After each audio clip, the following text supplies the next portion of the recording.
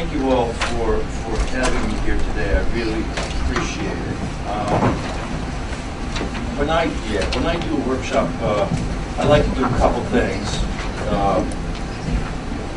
I like to do a couple things. First, I like to take off my clothes. It's really hot. I've already taken off my shoes, and it made me much cooler, so I would invite you to take off your shoes. The second is that I like to cover a lot of material in a very short period of time, so I like to talk really fast. And also I won't be using the script, and that's just to make the translator's job more difficult. Yeah. So I'd like to propose that we thank the translators.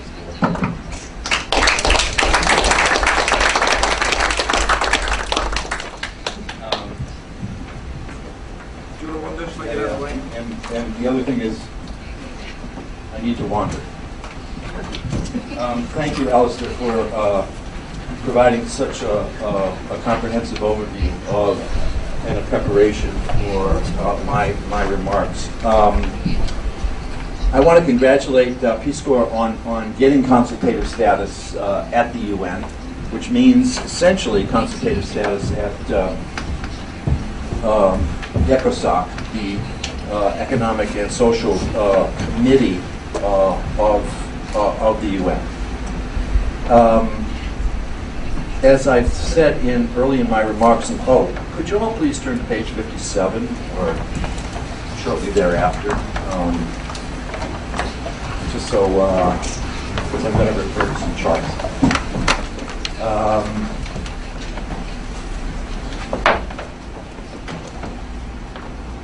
But first, I want to hand this around. It's a picture of my daughter. No, it's not. It's in Minneapolis this year for Genocide Awareness Month, which is this month. We focused on a number of situations of 20th century genocide. And we also focused on North Korea, even though it's not technically genocide. It involves the deaths of a large number of people as the result of government policies. And so we got a tent that of the kind that the UN uses for housing refugees in camps. And you can do this every once in a while. We made it into the North Korea tent. And we painted the outside with images from North Korea, some of them positive, some of them not so positive. And then the inside of the tent, we put information up on the walls and the roof of the tent so that people could come into the tent, walk through, and get information on what's going on in North Korea. We rented, we have a football stadium, not soccer, real football, in the U.S. For where the Minnesota Vikings play. And we rented this field, this structure, and we did a 5K run around the concourses, around where the food is served, around the stadium. And on the infield, on the field, we set up these tents. So people could do their run, and then they would go through the tents, and then they would give us money. So that was, and that event, next month I'm taking the North Korea tent to Chicago for the meeting of the NATO summit.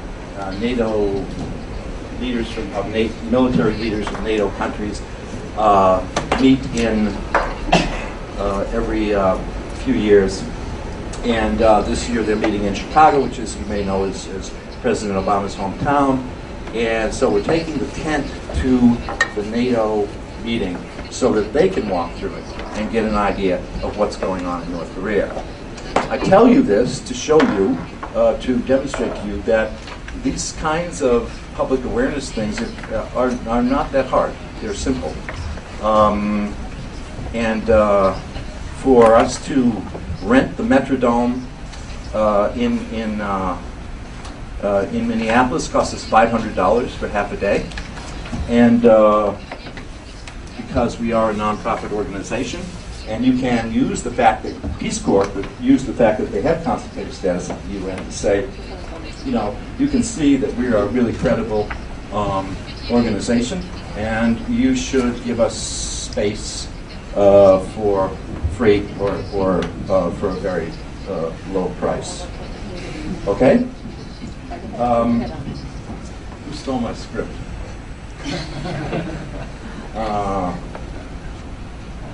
Oh, it's over here. Anyway, I do want to congratulate Peace Corps on their consultative status. Typically, when an organization gets consultative status, and I've been involved with maybe 12 organizations that now have consultative status at the UN, what you are asked to do, and this is for Peace Corps primarily, but also those of you who already have consultative status where you're considering applying for consultative status, okay? It's really important to present to the UN what your idea is of yourself, exactly. And this is a useful exercise for any organization to go through, even if you've gone through it. If you haven't gone through it for a couple of years. Defining your purpose, your mission, your core values, and your principles for yourselves and for your organization, for the public and for the media, and for funders. And, you know, typically in the U.S., when an organization does this, they go away for like a weekend to someplace nice, because sometimes when you're examining yourselves and your motives and your organizational principles, things get ugly. So you want to be in a pleasant environment. Anyway, it's important to, if you haven't gone through this exercise of defining exactly who you are and what brought you to this work and what you have to offer at the UN and elsewhere, then I recommend that you do it. In doing that, be careful to avoid delusions of grandeur. No one organization is going to fix North Korea, and it's probably a good idea if the UN, people at the UN don't get the idea that you think you're going to fix everything in North Korea. It's all about all of us working together and using whatever particular skills and mission and situation we find ourselves in joint action with everybody else to make the change. I'm sure that you all know, but I'm just reminding you that there are two big places for the UN. One is Geneva, one is New York. In New York is the General Assembly and the Secretary General. In Geneva is the Human Rights Council, the small arms treaty bodies, and most of the organizations that you would initially deal with. With consultative status at the UN, and technically, again, it's with ECOSOC, the Economic and Social Committee of the UN. There are certain privileges and responsibilities that come with that. Consultative status provides access to not only ECOSOC, but the human rights mechanisms of the United Nations, small arms treaties, special events, and the UN has, on their website, they have a bar that you can click for UN news and events to get ideas of what events are coming up, either in Geneva or New York. You may want to take a look at that and see if there's anything that you ought to be aware of or that you ought to attend. You should have Peace Corps in particular, and those of you who have consultative status or are going to get it, should be particularly aware of the UN Department of Economic and Social Affairs NGO branch, which has some ridiculous acronym name for it. But it's UN Department of you see it there, Economic and Social Affairs NGO branch, and they're supposed to help you out. They're supposed to help you figure out how to lobby the UN, how to bring your concerns to the UN, and who to talk to in particular. They are supposed to help you get registered for conferences. They can help you arrange testimony for various, whatever appropriate UN bodies.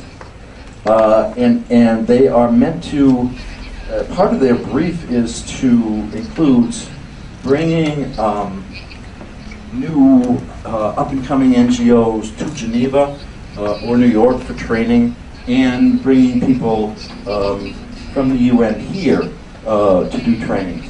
I think that one thing you might consider is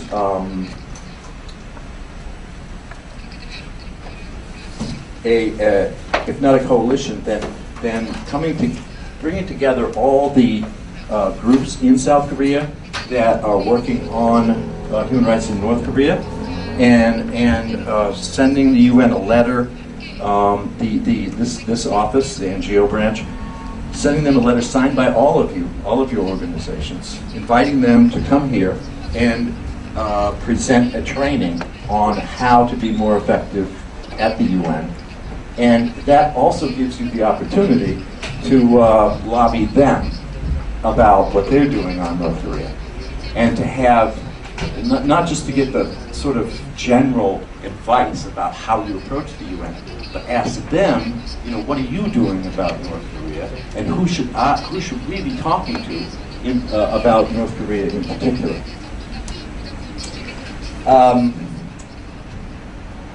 You might want to take a look at the UN brochure also, working